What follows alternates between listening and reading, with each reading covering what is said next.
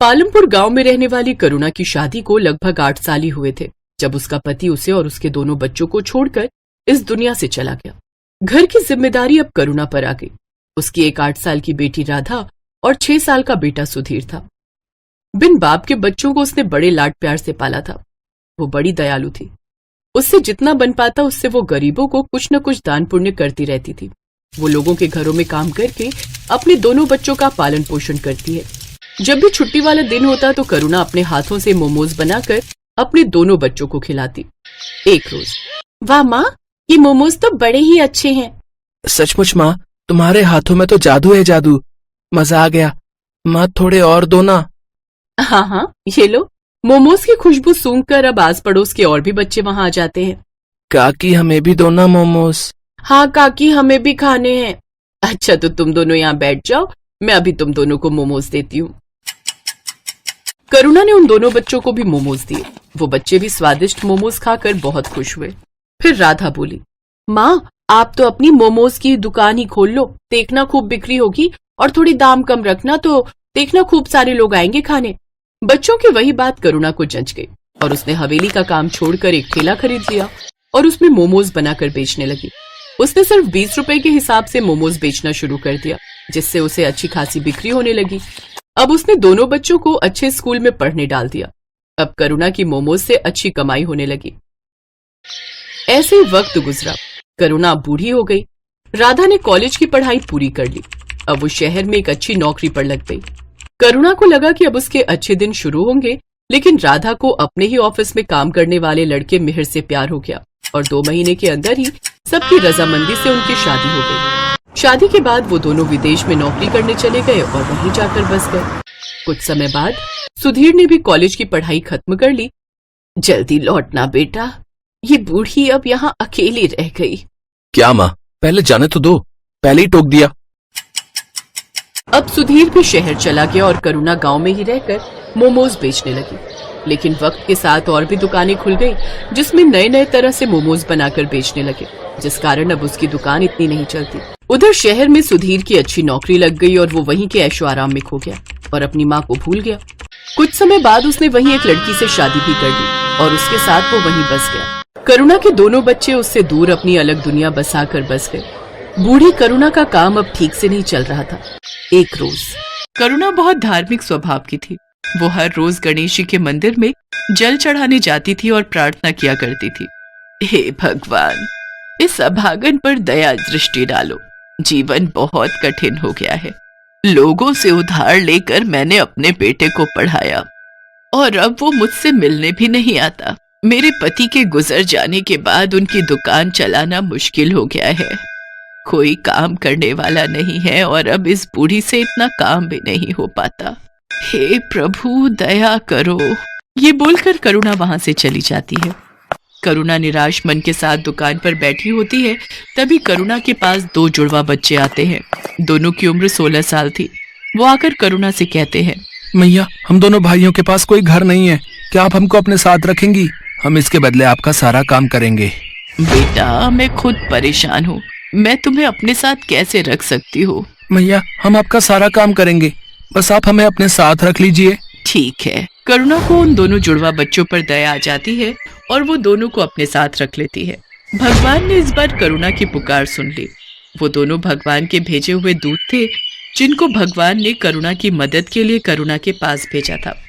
करुणा मोमोज का सामान बना रही होती है। माँ जी, ये काम आप हमें दे दीजिए, मोमोज हम बना लेंगे, आप जाकर आराम कीजिए। करुणा रसोई घर से बाहर आ जाती है। वो दोनों बच्चे उसके बाद गेट लगा देते हैं। थोड़ी देर बाद गेट खुलता है। करुणा देखती है कि सारे मोमोज बहुत अच्छे से तैयार हो गए हैं। करुणा ये देखकर बहुत खुश होती है। अरे वाह, तुम दोनों ने तो बहुत अच्छा काम किया है। फिर करुणा उन दोनों बच्चों के साथ अपनी मोमोज की दुकान खोलती है और मोमोज बेचने लगती है। आइए आइए, स्वादिष्ट और मजेदार मोमोज खाइए और अपने घर भी ले जाइए। आइए आइए। आज करुणा के मोमोज में से ऐसी खुशबू आ रही थी जैसी कभी नहीं आई। पूरे बाजार के लोग मोमोज की खुशबू से आकर्षित होकर करुणा की दुकान पर आने लगे और देखते ही देखते करुणा की दुकान पर भीड़ लग जाती है। अरे एक प्लेट मोमोज देना, मुझे भी दे दो एक प्लेट। आह, अरे वाह वाह वाह, इतने स्वादिष्ट मोमोज तो मैंने आज तक कभी नहीं खाए। आहा हा हा, वाह वाह वाह वाह वाह। करुणा लोगों की ये सारी बातें सुनकर काफी खुश होती है। देखते ही देखते उसके सारे मोमोज बिक जाते हैं। आहा, आज तो बहुत अच्छी कमाई हो गई। अगर ऐसे ही मेरे मोमोज बिकने लगेंगे तो मेरा सारा कर्ज उतर जाएगा। दोनों बच्चे अब करुणा को कोई काम नहीं करने देते। दोनों मोमोज बनाते और करुणा के साथ उन्हें बेचने भी जाते। उन दोनों के बनाए मोमोज में ऐसा स्वाद था कि हर कोई उंगलियां चाटता रह जाता। एक रात की बात है, वो दोनों बच्चे रसोई घर का दरवाजा बंद करके मोमोज बना रहे थे। कमाल है, हर रोज ये दोनों रसोई घर बंद करके मोमोज क्यों बनाते हैं? आज देखती हूँ ये ऐसा करते क्या है। करुणा चुपके से जाकर खिड़की में से झांकती है। वो देखती है कि उन दोनों जुड़वा बच्चों के हाथ में से चमत्कारी शक्तियां निकलती हैं, जिससे मोमोज अपने आप बनते हैं। ये जादू देखकर करुणा दंग रह जाती है। वो तुरंत उन दोनों के पास जाती है। दरवाजा खोलो। जी माँ जी। तुम लोग कौन हो? क्या? मैंने सब देख लिया खिड़की में से, जल्दी बताओ। डरिए मत, हम आपको कोई नुकसान पहुंचाने नहीं आए हैं, बल्कि हम तो आपकी मदद करने आए हैं। हम भगवान के दूत हैं, हमें गणपति जी ने आपकी मदद के लिए भेजा है। क्या सच में गणपति भगवान ने आपको मेरी मदद के लिए भेजा है? हाँ माँ जी, आपकी परेशानी भगवान ने सुन ली और हमें आपकी मदद के लिए ही भेजा है। करुणा ये सब सुनकर बहुत खुश होती है। अब इसके बाद दोनों फरिश्तों के जादू से करुणा के दिन अच्छे होने लगे। दोनों दूत रोज अपने जादू से मोमोज बनाते और करुणा उसे बेच आती। देखते ही देखते करुणा की दुकान चल पड़ी। लोग उसके मोमोज दूर दूर से खाने आते थे। ऐसा करते करते करुणा ने एक बड़ी मोमोज की दुकान खोल ली और धीरे धीरे उसने अपने सारे कर्ज भी चुका दिए। अब करुणा के पास धन की कोई कमी नहीं थी। ये बात करुणा के बेटे सुधीर तक भी पहुंच जाती है। इधर सुधीर की नौकरी भी जा चुकी थी, इसलिए एक दिन करुणा का बेटा सुधीर अपनी बीवी के साथ वापस आ जाता है। माँ प्रणाम, देखो मैं आ गया। अरे सुधीर बेटा, तू आ गया। तुझे देखने के लिए तो ये आंखें तरस गई थी।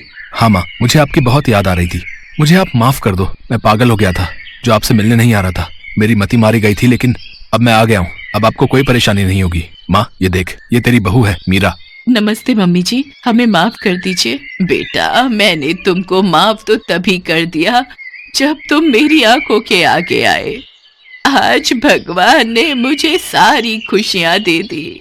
अब मुझे कुछ नहीं चाहिए। चलो अब तुम घर में। क्या हुआ? तिजोरी की चाबी मिली? हाँ ये रही। अब फटाफट इस बुढ़िया के सारे पैसे निकालो और चलो निकलते हैं यहाँ से। हाँ हाँ चलो। मीरा और सुधीर चुपके से जाकर तिजोरी खोलते हैं और वो तिजोरी में से सारा पैसा निकालकर अपने बैग में भर लेते हैं और वहां से भाग जाते हैं। भागते भागते वो गांव से बाहर निकल जाते हैं। तब वो थक कर एक जगह आराम करने के लिए बैठते हैं। इतना सारा पैसा मैंने पहली बार देखा है। अब जरा बैग खोलकर दिखाओ तो, इसे जी भर कर देख तो लूं मैं। सुधीर जैसे ही पैसों का बैग खोलता है वो देखता है कि उसमें बस राख है। दोनों फरिश्तों के जादू से वो सारे पैसे राख में बदल गए थे। वो दोनों ये देखकर दंग रह जाते हैं। वो दोनों राख को टटोल टटोल कर देखते हैं, पर पैसों का नामो निशान नहीं होता। अरे अब पैसे कहाँ गए? यहीं तो रखे थे। हाँ, पैसे कहाँ गए समझ नहीं आ रहा है। तभी वहाँ पर दोनों जुड़वा बच्चे आ जाते हैं और वो दोनों सुधीर और मीरा पर जोर जोर से हंसने लगते हैं। अरे मूर्खो, कुछ नहीं मिलेगा उसमें। तुम्हारे मन में जब कालिक भरी है तो उसमें भी कालिक ही होगी ना। कैसी संतान है तू, अपनी माँ को लूटना चाहता है। तेरी माँ ने तेरे लिए इतना सब किया। ये जो मिला है ना तेरे को, ये तेरे कर्मों का फल है। और बिना माँ के तेरा जीवन भी इस राख के जैसा है, किसी भी कीमत का नहीं। अभी भी समय है, सुधर जा और जाकर अपनी माँ से माफी मांग ले। आप दोनों ने हमारी आंखें खोल दी। हम लोभ में अंधे हो गए थे। हम अब से ऐसी गलती नहीं करेंगे, हमें माफ कर दो। फिर मीरा और सुधीर अपनी माँ के पास वापस चले जाते हैं और उसे सब सच बताकर माफी मांग लेते हैं। करुणा भी उनको माफ कर देती है। मैं तुम्हारा शुक्रिया कैसे करूं समझ नहीं आ रहा है। तुमने मेरी इतनी मदद की, इसके लिए धन्यवाद।